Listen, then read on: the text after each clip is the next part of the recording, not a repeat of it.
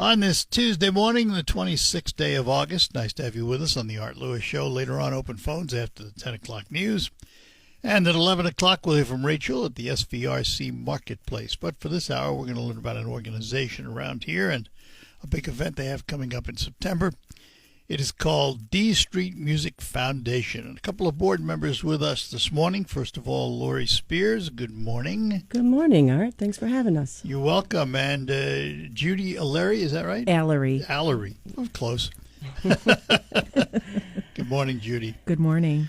All right, let's start where we always begin with these kinds of things. For those that don't know, give us an overview of D Street Music Foundation, its beginnings and where it's at today and what it does. Well, D Street started about 20 years ago. 2006, they formed a nonprofit, 501c3. And what started back in Sanford, when the Sanford Beach, Sanford was a busy place in the summer. And at the end of the year, they had a music celebration, got a bunch of bands, a bunch of food trucks, and right down on the beach. And they just called it Parkapalooza. And that went on for a number of years until, the COVID thing happened and kind of missed a year or two there. And when they started back up, of course, the dam burst. Had a few things going against them for a while. Yeah. So they tried a couple different places a couple years ago, and then we decided we were going to try to go to Haithco Park last year. And Haithco has a nice little lake. They have the sand, and it's a big park, plenty of parking and plenty of nice grassy area. So we brought a stage out, and we did it there last year. It was our first year of Parkapalooza. But before I go into more details about the event, so D Street is dstreet.org, and it's a music nonprofit. So one of the things a couple of things that we do is, other than the free concerts that we put on, Judy here is our head of our bandwagon, and she can tell you about that, too, about what we do. We take in instruments and give them to kids who maybe are a little bit financially challenged and can't just go buy a new saxophone or clarinet. Fair to say that now is your main focus?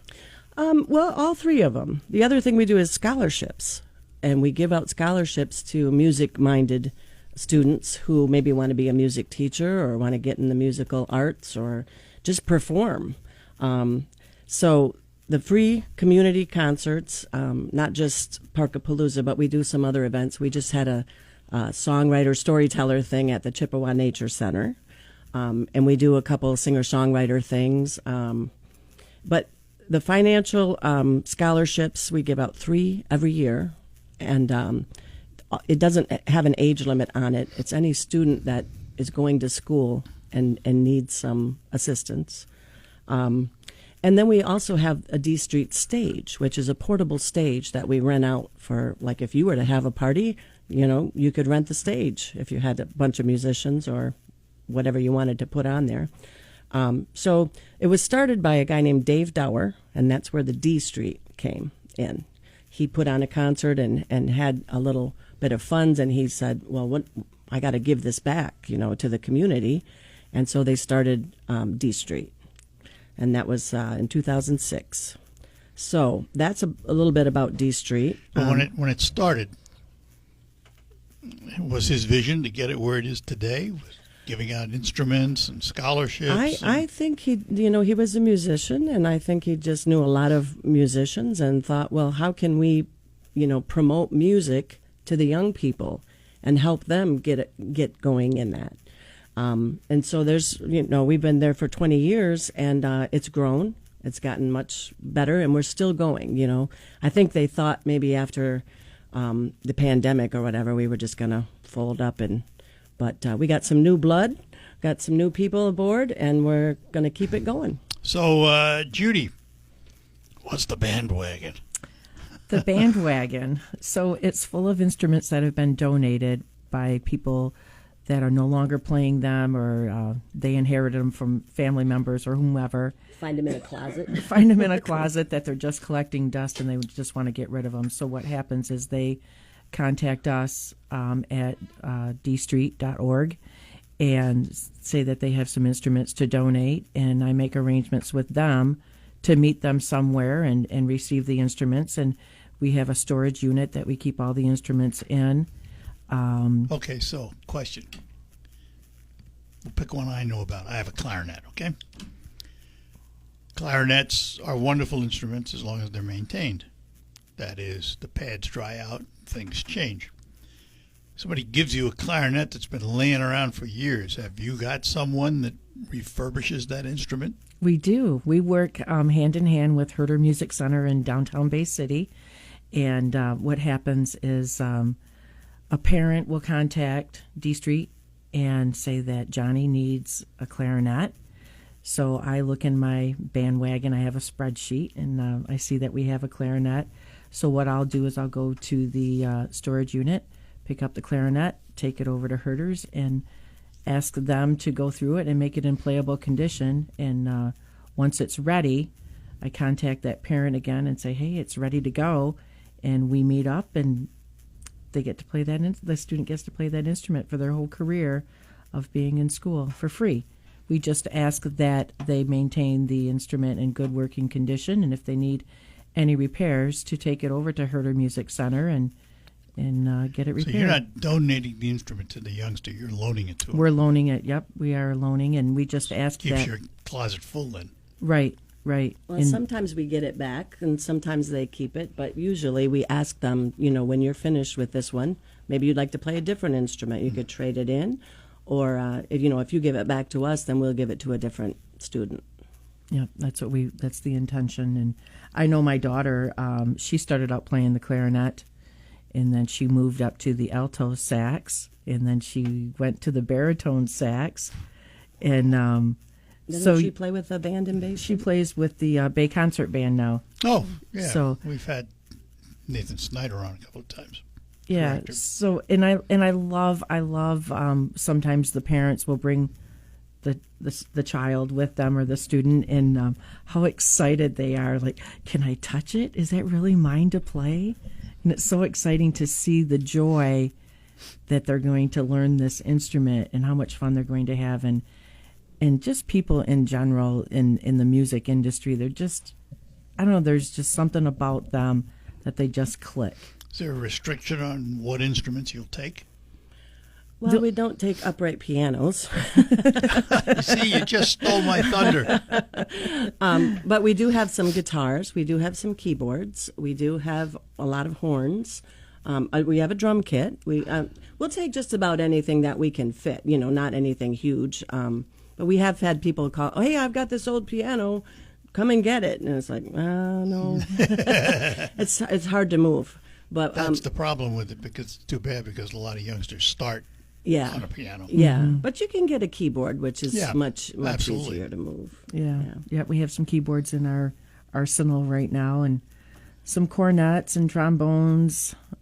You name it, we have it. We have a piccolo that just got donated to us, and we're all out of saxophones, so we are always looking for donations. The popular instruments, you can always tell the popular instruments. Right. And gosh, the last 2 months, the instruments have been flying off the shelf with school starting and getting them over to Herder's. And in fact, I dropped off a trombone yesterday that a student needs it. And luckily, I had taken it to Herder's, maybe about a month ago, and they've already given us a cost of what that's going to take to get it up and running. So I hope to get that back this week and get it into the students' hands. So one would ask, where do you get the money to fix these things? Well, we do events like Parkapalooza. Which we're going to talk about here in a few minutes. We have sponsors that, and we have a donation page. People can donate to D Street. It's a nonprofit. None of us get paid. We work because we love the music. We love seeing the kids. There's, a matter of fact, if you go on the website, you'll see some pictures of kids that she got them their horns, and they're just like big old smile on their face with holding it. So we do have some money in the bank, but we keep rotating it around. All right, we're going to take a break and come back with our guests. We'll learn about Parkapalooza when we return. If I'm not mistaken, the date is September 7th. We'll find out more about it when we come back. We take a moment to talk about Quick Lane Freeland at McDonald Ford. You know, it's been a tough year for people with allergies, and if you have allergies, you know that. And Quick Lane Freeland has an answer. They want to keep you healthy while you're driving, so they have a disinfectant they place in your air conditioning system in your car. It's called FrigiFresh. And here's John from Quick Lane to tell you all about it. FrigiFresh. Hi. That are coming out. We're having Rock Solid Music is in Midland. It's a music store. And she was going to do this music swap, instrument swap. She was going to do it at the Midland Fairgrounds, but we talked her into coming out for this music festival. And she's got a whole bunch of people that might have instruments that they either want to donate to us or they might want to just swap with other musicians. So Rock Solid Music's going to be there in the parking lot. We've got an area that's going to be blocked off for musicians. So if you have an instrument or something that you want to sell and you want to bring it out or swap it, you get a hold of Rock Solid Music, and Christine will help you. Now, Palooza started as a music concert on the beach. Yes. So it would imply to me that to have a Park of Palooza today, you still have to have music, particularly since it's D Street music. Yep. And so who are the musicians? Well, we have 7 different bands last year, and this year we're working with Major Chords for Minors. And my friend Amy Petty, who was here with me last, we sing in the Women of Country, the classic Women of Country, and Laura and I, the 3 girls, will be there as a trio. But we're going to start off with Major Chords for Minors, the students. So it kicks off at noon, and Major Chords, the students, are going to be playing the first set. These are all kids who are taking lessons from them, and then we're going to have the instructors.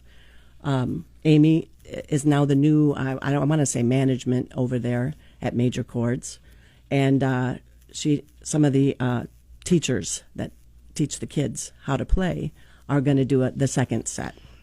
Then we have you ever heard of Band Roulette? They do it at the State Theater. Mm-mm. Okay.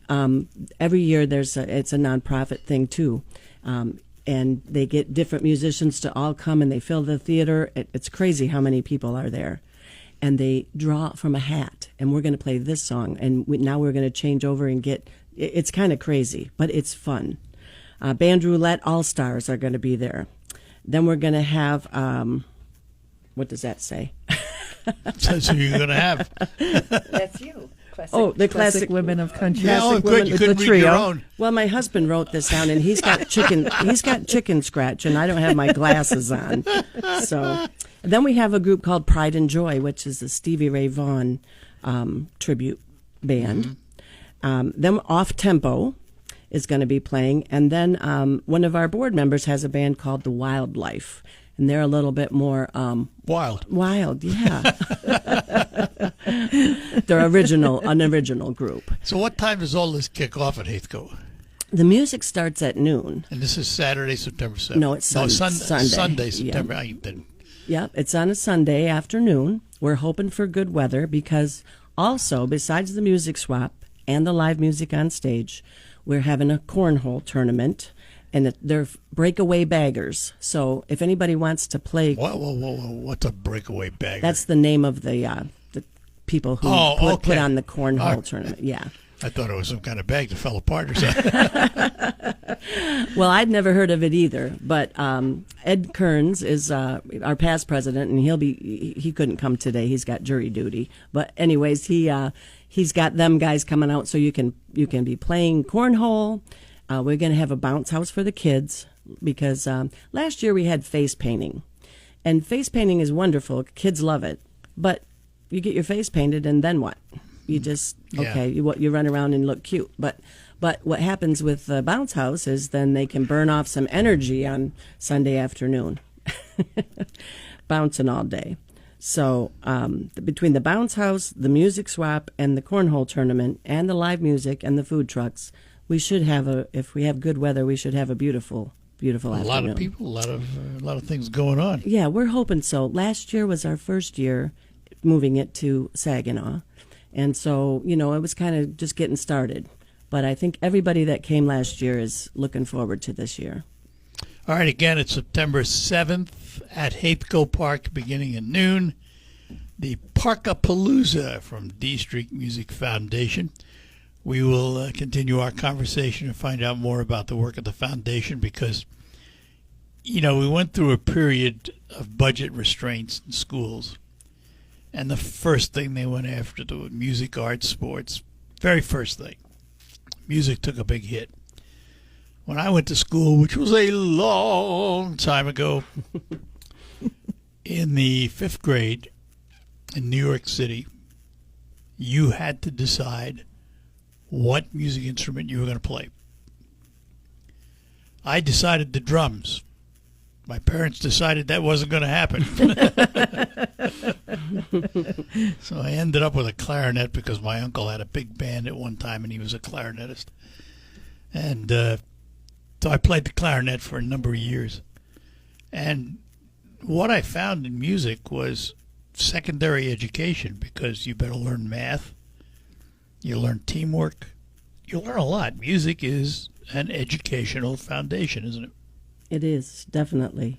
And also, music brings people together, and music brings the feels, It's an international language. You don't have to speak anything other than your ears. Right. I think everybody enjoys some kind of music. I like it all, but some No, people, you like country. Come on. She's a country girl at heart. Well, I kind of can rock a little, too. Yeah. What's the name of your group again? Well, I have two groups. One is the Classic Women of Country that I belong to. Donnie Brown and the girls were here a year or two. He's something else, that man. Yes, he is. Something else. That's why I said it. Extremely talented person, yeah. And then I have a little band called Lori and the Lefties, which plays all summer long, and I'm glad summer's getting over because between the two of them, it's been a busy year. What kind of music is Lori and the Lefties? Well, a little bit of country, but we do variety. Yeah. Good variety. All right, we're going to take a break, come back, talk more with our guests from D Street Music Foundation and the Parkapalooza, September 7th, Haithco Park, beginning at noon. In studio, we have Lori Spear with us and Judy Allery. Allery. I don't know why I can't get Al out. Got Al in my head. Call me Al. Call me.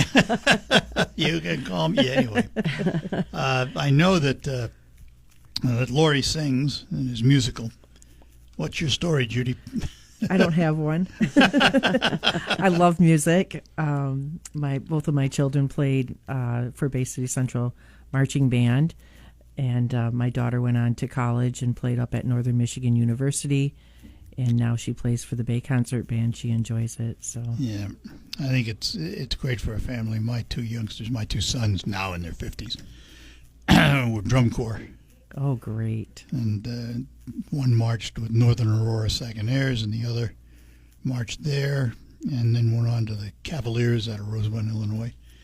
He now, and just to show how music can turn into a career, he judges Drum Corps International, Wow, Winter Guard International, Bands of America, Jeez. Michigan Color Guard Circuit, and percussion circuits, and he writes drills. so obviously his mother let him have a drum set. Two of them, they were both drummers. In this corner we have Gretsch. In this corner we have Yamaha. Never the twain shall meet, but the noise was, yeah. But they're very good. Yeah, I Very, very imagine. Wow, Great. And the other, and Blair was a rudimentalist. Scott was a set player. He had a band around here for a while, and music was a big part of their lives. Mm-hmm. I think it also helps keep the youngsters out of trouble because they have something to That focus too. on. Yeah, you know? that too. I mean, you're can, right. They can join a group and they can work together and they learn teamwork and they learn, how to bounce things off of each other. And Parkapalooza coming up Sunday the 7th. Before I forget, it takes sponsors to put all these things on. You Yeah. have a bunch? we do not have a bunch, but we do have a few. Judy's going to name them for you because she's got her glasses on. But we are still looking for sponsors. There's still time to help us out. But go ahead and tell them who we got. So we have Hamilton Electric, like we said, is sponsoring the Generator, yeah. generator, which is a huge savings for us. The Johnny Green Company has donated some money, and so has Dwayne Seiler. And like Lori said, we are still looking for more sponsors. There's still time. Reach out to us at www.dstreet.org and let us know that you want to be a sponsor, and we'll get you set up with our donation form and get you on our list. The event starts at noon on the 7th. How long does it run? We'd like to finish before dark this year. Last year, It's still quite a long time. yeah, it's about 7 hours from noon to 7. And we got a couple food trucks from Saginaw. One is the Maria's Tacos is going to be there with the taco truck. Mm-hmm. And then we're going to have What About Waffles? And I have not tried them yet. I hadn't heard about them. I've heard about them. They're really good. From what I'm hearing, everybody's raving about them. So, Wow. yeah. We're also going to have a couple of 50-50 drawings. Of course. Yeah. So bring your cash. What would an event be without them? Yeah. That's just a little more change in our pocket to repair those instruments that we take over to herders. Yeah. And we also have T-shirt sales. We always have Parkapalooza T-shirts, so we'll have T-shirts on sale from this year and past Parkapaloozas. And let me stress that this is a free event. You don't need any money. You should bring your lawn chair. They don't allow alcohol coming in. You're supposed to, be good on Sunday. Yeah. But it doesn't cost anything for the music. I'm not sure about the cornhole tournament. I'm sure there's some kind of fee for that. Is there a fee to get in? Nope. Heathcote? Nope. The No parking's parking. free. Yep. So everything's good. Haithco is nice enough to let us come in. I mean, we reserve the park that day, and they're nice enough to. It's a Sunday afternoon, and Haithco usually there is a fee to go enjoy the park during the summer, but because this is after Labor Day, the only thing is they won't be there manning the lake, so there's no swimming on Yeah. September 7th and that. They don't have a lifeguard. Right. But you can still play in the sand. And there's all the playground equipment for the kids too, if they want to run around and play. And mom and dad are listening to the music. It's a great venue. Yeah. Yes. Yeah. We're glad to host it in Saginaw. I'm hearing that Sanford's going to be up and running here either next year. They or say the the year water should be back next year. And if that's the case, we may end up going back to Sanford. We're not sure. We're going to play that one by ear. Do two. Do two. Well, I don't know if we can afford to do two, but Spring and the fall. Well, if you can make money at them, why not? yeah. Well, this is kind of our way of giving to the community. So we're not really trying to make money at this. Oh, we are giving away a sponsor or a scholarship at the September 7th event too. So is there time? When does the scholarship thing end? If Today. today's the last day. Because we have a good meeting timing. tomorrow. Yeah, we have a meeting tomorrow, and we will be deciding who our scholarship winner is. But we award 3 of those a year at $1,000 each.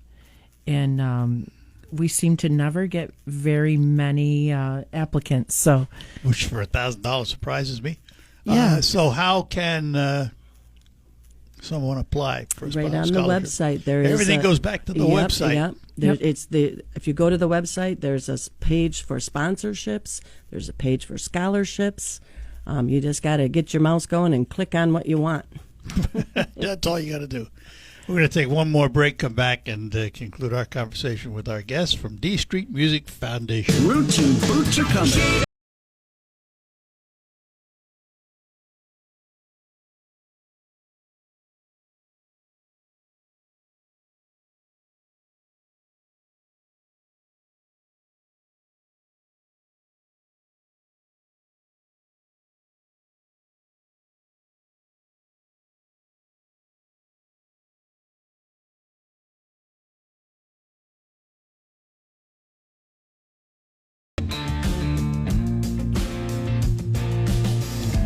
All right, we're back with you on the Art Lewis Show, and a final segment with our guests from D Street Music, Lori Spears and Judy Allery. it took all day, but here we are.